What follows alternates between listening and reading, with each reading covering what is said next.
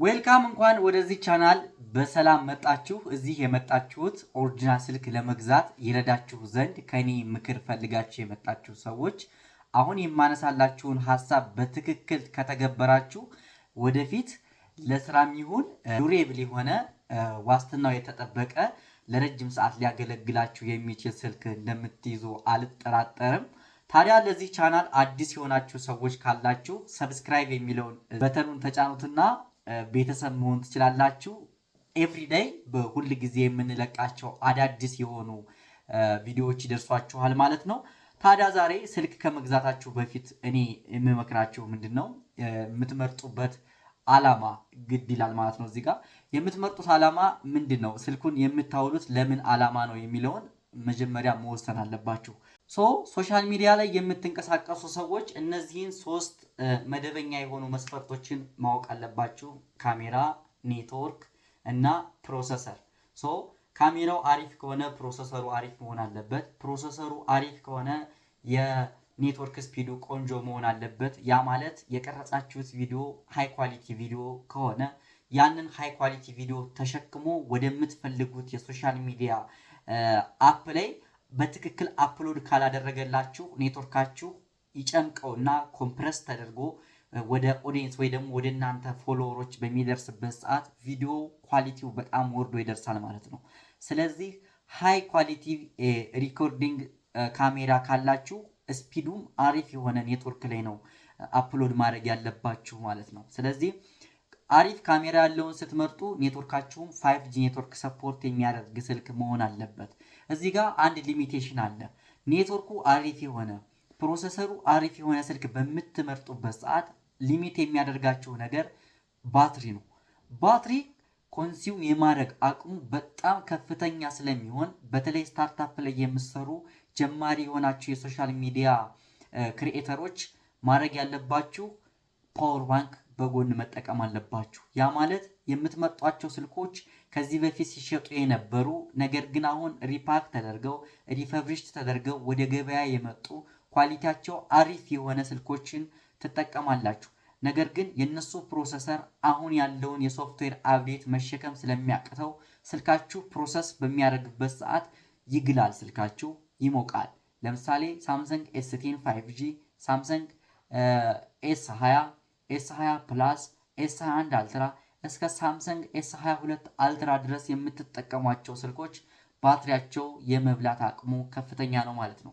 ስለዚህ ባትሪ ይበላል ብላችሁ ብቻ እነዚህን ስልኮች ሳትገዟቸው ከምትቀሩና ስራችሁን በትክክል መስራት እንድትችሉ በጀታችሁን ያማከለ ስልክ ገዝታችሁ ወደ ሶሻል ሚዲያው ላይ ኢንቮልቭ እንድታደርጉ፣ ስለዚህ ፓወር ባንክ ተገዙና በጎን ወደፊት የእናንተ ሶሻል ሚዲያ ገንዘብ ማምረት ሲችል ኢንካም ሲኖራችሁና በጀታችሁ ከፍ ሲል የካሜራ ሲስተማችሁንና እንዲሁም ደግሞ የዲቫይሳችሁን ደረጃ አፕግሬድ ማድረግ ትችላላችሁ ማለት ነው።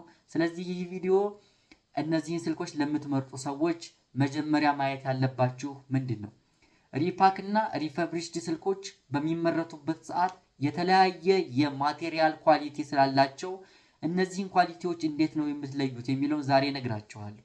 ለምሳሌ ሳምሰንግ S21 አልትራ ለመግዛት ያሰበ ሰው ማየት ያለበት ነገር የመጀመሪያው ሪፈብሪሽድ ስልክ ስለሚሆኑ እነዚህ ስልኮች ቦዲያቸውን አገጣጠማቸውን በትክክል ዙሪያቸውን ታያላችሁ።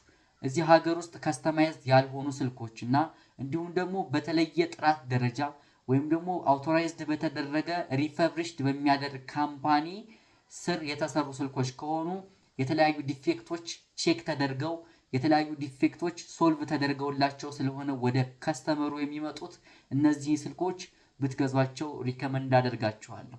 ያ ማለት እነዚህ ሪፈብሪሽድ ስልኮች የቆዩ ስልኮች ስለሆኑ ማንኛውም ጥገናን የሚችል ስልክን አሰምብል ማድረግ የሚችል ሰው ሁሉ ወደ ገበያ ሊይዟቸው ሊመጣ ስለሚችልና ዲስትሪቢዩት ስለሚያደርጋቸው የተለያዩ መልቲቬንደር ሱቆችም ሊያከፋፍሏቸው ስለሚችሉ እነዚህን ስልኮች እንዴት ነው የምትለዩት የሚለውን ከቦዲያቸው ትጀምራላችሁ።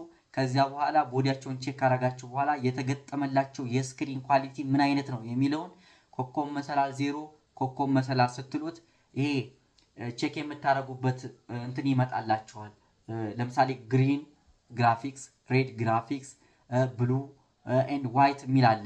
እነሱን ግራፊክሶችን ክሊክ ስታደርጓቸው አረንጓዴ ስትነኩ፣ ግሪን ስትነኩ ትክክለኛ ግሪን ከለር ማየት አለባችሁ። ድምቅ ያለ ግሪን ከለርን ካሳያችሁ የተገጠመለት ስክሪን ዩኬ ወይ ደግሞ አሞልድ የተባለውን ስክሪን በራሱ ላይ ስለያዘ ቆንጆ ኳሊቲ ታገኛላችሁ ማለት ነው።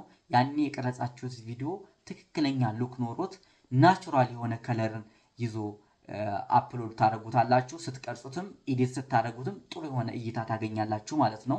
ያ ኮምፎርት እንዲሰማችሁ ያደርጋል ማለት ነው ግራፊክስ። ሌላው ደግሞ እነዚህን ካያችሁ በኋላ ከትክክለኛ ሻጭ ጋር በመገናኘት ብቻ ልትገዟቸው የሚገቡ ስልኮች ናቸው ብዬ ነው የማስበው። ለምን መሰላችሁ? እነዚህ ስልኮች ወዲያውኑ ችግራቸው አይታወቅም። ለምሳሌ እየተጠቀማችሁት በምትገኙበት ሰዓት ሳምሰንግ ኤስ22 አልትራ ላይ ሊያጋጥም የሚችል ችግር ነው። ሁሌ ሳምሰንግ ኤስ22 አልትራ ከተገዙ ከ2 ወር በኋላ ከ3 ወር በኋላ የኔትወርክ ችግር ያጋጥማቸዋል። የሚኒ ቦርዱና የሜን ቦርዱ ያለመጣጣም ችግር ይገጥማቸውና ኔትወርኩ ፌል ያደርጋል። የሆነ ቦታ ላይ ስትደርሱ አስፓልት ላይ ስትወጡ ኔትወርኩ ይሰራል። ቤታችሁ ውስጥ ስትገቡ ኔትወርክ ችግር ያጋጥማችኋል ማለት ነው። ሲግናል ኢሹ ሲያጋጥማችሁ ሰው እነዚህን ችግሮች ላላስፈላጊ ወጪ ስለሚያደርጓችሁ ከዋስትና ከሚሰጣችሁ ሰው ሄዳችሁ ከትክክለኛ ሰው መግዛት አለባችሁ ማለት ነው። ያ መፍትሄ የሚሆነው አንድ ቋሚ የሆነ ከስተመር ማበጀት አለባችሁ ማለት ነው። ሌላው ደግሞ እነዚህን ስልኮች ከገዛችኋቸው በኋላ በትክክል መጠቀም አለባችሁ። ያ ማለት እየተጠቀማችሁ ባትሪ በሚያስቸግርባችሁ ሰዓት ቻርጅ እያደረጋችሁ ኦንላይን መጠቀም የለባችሁ። ያ ፕሮሰሰሩ ከዚህ በፊት የቆየ ፕሮሰሰር ስለሆነ እስካሁን ድረስ እያገለገላችሁ የሚገኘው እና ያ ፕሮሰሰር ለረጅም ሰዓት በሚሰራበት ሰዓትና ባትሪው ኦንላይን ቻርጅ እያደረገ ሁለት ስራ እየሰራ በምትጠቀሙበት ሰዓት ባትሪያችሁ የሚጎዳል፣ ፕሮሰሰሩ የሚጎዳና ላላስፈላጊ ኪሳራ ልትዳርጉ ስለምትችሉ ኔቨር ቻርጅ ዩር ፎን ዌን ዩ አር ዩዝ ኢት። በምትጠቀሙበት ሰዓት ስልካችሁን ቻርጅ ማድረግ የለባችሁም፣ ማሳረፍ አለባችሁ ማለት ነው። ብርድ ልብሳችሁ ውስጥ ሆናችሁ እንዳትጠቀሙት። ቴምፕሬቸር በጣም ሆት በሚሆንበት ሰዓት አትጠቀሟቸው። ባትሪያቸው ካበጠ ወዲያውኑ ሪፕሌስመንት ስለሚፈልጉ ሪፕሌስ አድርጓቸው። ኤክስፕሎድ ምናምን ሊያደርጉ ስለሚችሉ ጥንቃቄ ማድረግ አለባችሁ። እነዚህ ስልኮች እነማን ናቸው? ሳምሰንግ ኤስ10 ፕላስ፣ ኤስ10 5G፣ ኖት 10 ፕላስ፣ ኤስ20 ፕላስ፣ ኤስ20፣ ሳምሰንግ ኖት 20 አልትራ፣ ኤስ21 አልትራ። እነዚህ ስልኮች ኦልድ የሆኑ አሪፍ ፕሮሰሰር ያላቸው እስካሁን በቂ የሆነ ፐርፎርማንስ እያገለገሉ የሚገኙ ስልኮች ናቸው። ነገር ግን የእናንተ ጥንቃቄ ከታከለበት ነው ማለት ነው። እነዚህን ስልኮች ሳትገዟቸው ከመጀመሪያ ቼክ ማድረግ ያለባችሁን ነገሮች ነግሬያችኋለሁ። በሱ መሰረት መግዛት አለባችሁ ማለት ነው። ሰብስክራይብ የሚለውን በተን ተጫኑት። አሁንም ቤተሰብ ያልሆናችሁ ሰዎች ከዚህ የበለጠ ቪዲዮዎችን ተረጋግቼ ሞር በደንብ ሪሰርች አድርጌ ወደፊትም የሚመጡ ስልኮችን ሪቪው ሰራላችኋለሁ። ይመቻችሁ። ፒስ አውት